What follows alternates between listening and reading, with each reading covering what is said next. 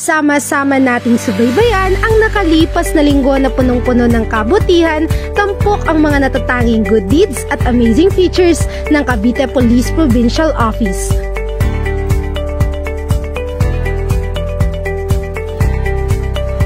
Nitong ika-30 ng Oktubre taong kasalukuyan, ang kapulisan ng Indang Municipal Police Station ay walang atubiling tumulong sa mga naaksidenteng motorista at mabilis na dinala ang mga ito sa pinakamalapit na ospital.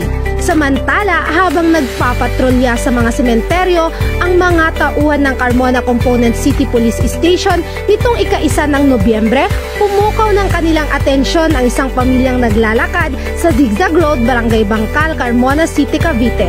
Agad na inalok nila ito ng libreng sakay kasama na ang pinansyal na tulong at libreng pananghalian bago ihatid sa Barangay Rosario, Batangas upang dalawin ang kanilang yumaong kamag-anak.